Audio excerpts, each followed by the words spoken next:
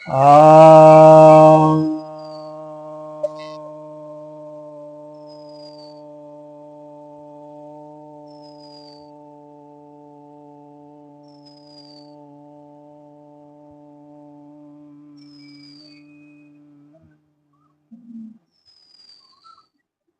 सभी भक्तजनों को सप्रेम नमन। तो आज आपकी जिज्ञासा का समाधान लेकर आया हूँ। एक जिज्ञासा आई है, कर्म का सिद्धांत श्रेष्ठ है या कृपा का?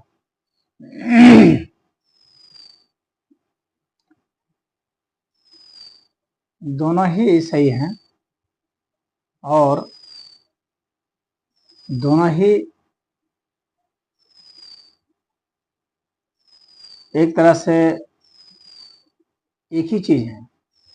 उसको देखने का नजरिया थोड़ा सा अलग है, अलग ढंग से व्याख्यायित परिभाषित होने के कारण ही ऐसा लगता है कि ये अलग अलग हैं।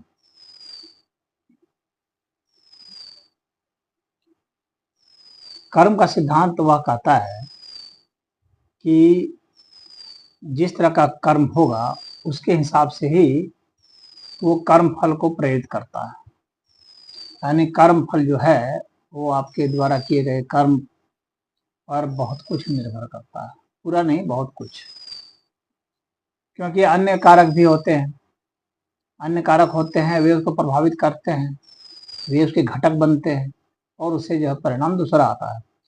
तो और ये जो अन्य हैं वे असंख्य हैं, उसको आप गिन नहीं सकते। यानी यह जो अस्तित्व है, पूरा अस्तित्व जब एक भूमिका निभाता है तो फिर आपके जो कर्म हैं उसके साथ समन्वय बना करके, सम्मिश्रित होकर के एक परिणाम देता है जो कि कर्म फल कहलाता है। तो कर्म का सिद्धांत तो ऐसा है। अब बात रही कि आखिर जो व्यक्ति कर्म कर रहा है, हाँ, तो क्या उसका फल पर नियंत्रण होगा? तो नहीं होगा, लेकिन उस फल में उसकी भूमिका अवश्य ही होती है। तो जो शुभ परिणाम आते हैं, शुभ फल होते हैं, वे भी उसके हाथ में नहीं होते, नियंत्रण में नहीं होते। लेकिन शुभ परिणाम आ जाने पर जो उदार चरित्र का व्यक्ति जो यह समझता है, जो कि भाई इसमें पूरा अस्तित्व लगा था तब ये हुआ था, तो वो इसे कृपा मानता है। उस अनंत अस्तित्व का वह कृपा मानता है, क्योंकि उसको पता है कि सिर्फ मैं ही इसमें शामिल नहीं था इस घटना के होने में, पूरा अस्तित्व शामिल था, तब जाकर ये घटना घटी है। तो फिर वह यह मानता है कि यह कृपा के कारण हुई। तो वह कहता है कि ये ईश्वर की कृपा है, यानी इस अनंत अस्तित्व की कृपा है जिसके कारण कि ये हुआ। और जो उससे भी और उदात होता है, वो सोचता है कि बुरा भला कुछ, ये तो हमारी अपनी मान्यता है, जो कुछ भी परिणाम आता है ये सब परिणाम जो है कृपा से ही होता है, अर्थात पूरे अस्तित्व की भूमिका के कारण ही ऐसा होता है। तो वो बुरा भी जो परिणाम, जो उसको बुरा मतलब कि जो उसके मन के प्रतिकूल है, तो वह जो है उसको भी स्वीकार करता है, उसको भी कृपा ही मानता है। ये जो प्रतिकूल घटना घटी है ये इसलिए घटी है कि ये मेरे को और विकसित करने, कोई घटना जो है हमें हमारे को सिर्फ भोग के लिए नहीं घटती है, हमारे कुछ घटना घटती है जो हमारे को सिखाती है, ज्ञान के लिए भी घटती है। और जो ज्ञान के लिए जो घटती है वह ज्यादा महत्वपूर्ण है, जो भोग के लिए घटती है वो उतनी महत्वपूर्ण नहीं है। अमूमन हम लोग भोग के लिए जो घटना घटती है उसको जो है बहुत मानते हैं कि हाँ ये घटना घट गई, हमारे लिए बहुत अच्छा हो गया, हम उसमें जो है ढोल नगाड़े बजाते हैं, गुणगान करते हैं उसका। और जब वो प्रतिकूल घटना घट जाती है तो हम जो कोसते हैं, रोते हैं, गिड़गिड़ाते हैं और दूसरे को दोषी बनाते हैं इस तरह से। लेकिन हम ये नहीं सोचते कि ये घटना जो है हमें और मजबूत करके जा रही है, ये हमें सिखा के जा रही है, हमें ज्ञान दे रही है। और यह जो है जो दर्द दे करके घटना गई, वह घटना हमें और परिपक्व करके गई, हमारे में अपरिपक्वता थी उसको पूरा करके गई, हमें ज्ञान प्रदान करके गई, हमें भाव दे करके गई, अनुभव दे करके गई। तो वह भी कृपा है। तो यह जो कर्म का सिद्धांत है वह उस कृपा का ही एक अंश है।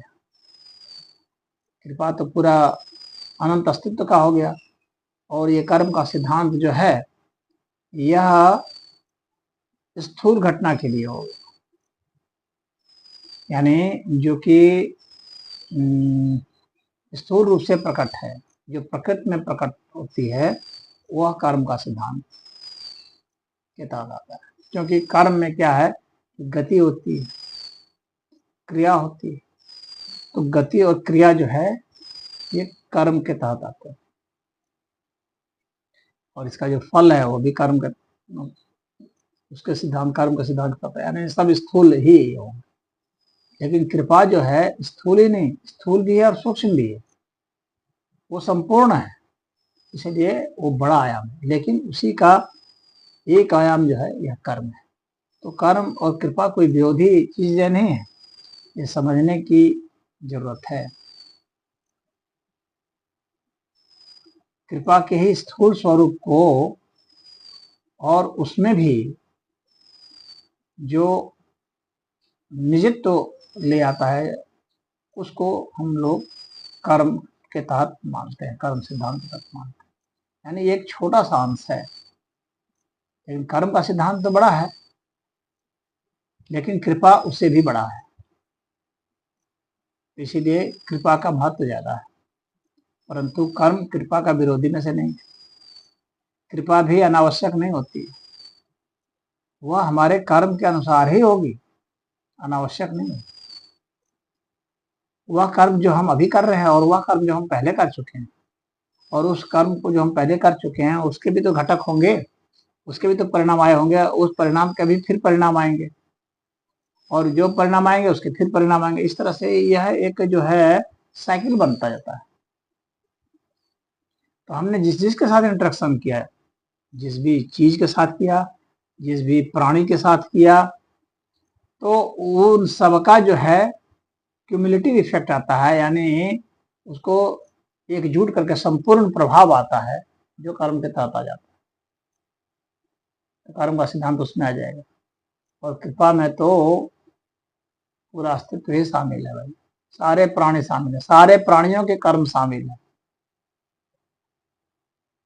सारी चीजों के प्रभाव शामिल है, तो वो कृपा के तहत होता है।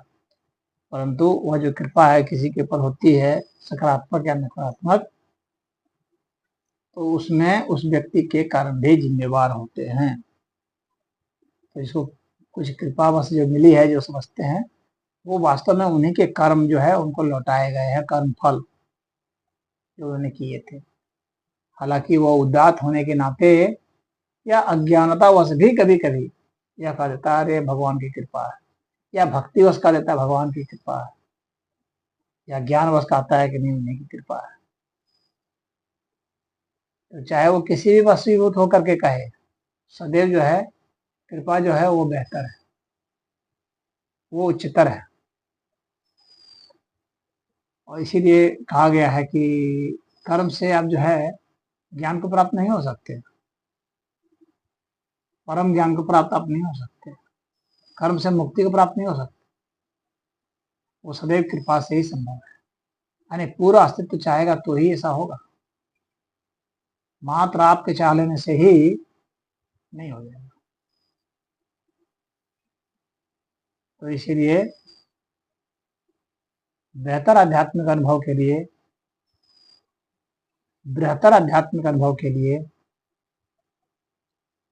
कृपा की कामना होती है, और उसके लिए ही व्यक्ति स्तुति करता है। सारी स्तुतियां इसीलिए होती हैं। स्तुति से व्यक्ति सरेंडर करता है, समर्पण करता है अपने अहंकार का, क्योंकि कर्म तो हमारे अहंकार के अनुसार से ही होते हैं, अहंकार की सत्ता से ही कर्म है। तो वह समर्पण करता है पूरे अस्तित्व के प्रति, और अपने छिद्रता को स्वीकार करता है इस विराट अस्तित्व के प्रति। तो फिर वो जो है कृपा उस पर आती है। इसलिए भक्ति जो है वह अवस्था उच्चतर मानी जाती है, क्योंकि वह शुरू से ही कृपा पर ही आधारित है। और अन्य जो योग हैं तो वे शुरू से कर्म के हिसाब से चलते हैं। धीरे धीरे जब वो ऊंचाई पर पहुंचते हैं, जब थकते हैं, चिल्लाते हैं, जब देखते हैं कि नहीं हमारी जो क्षमता ताकत कितनी है तो इतनी कम है और पाना इतना बड़ा है, तो कैसे संभव है। तो इस कर्म से अनंत फल को हम नहीं प्राप्त कर सकते, वह तो अनंत की कृपा से ही संभव है। तो फिर वह जो राजयोग भी है, अष्टांग योग है, या मंत्र योग, तंत्र योग, कोई भी है, अंततः वह फिर कृपा पर ही आ जाता है। तो इसमें इतना ही। हरिओम।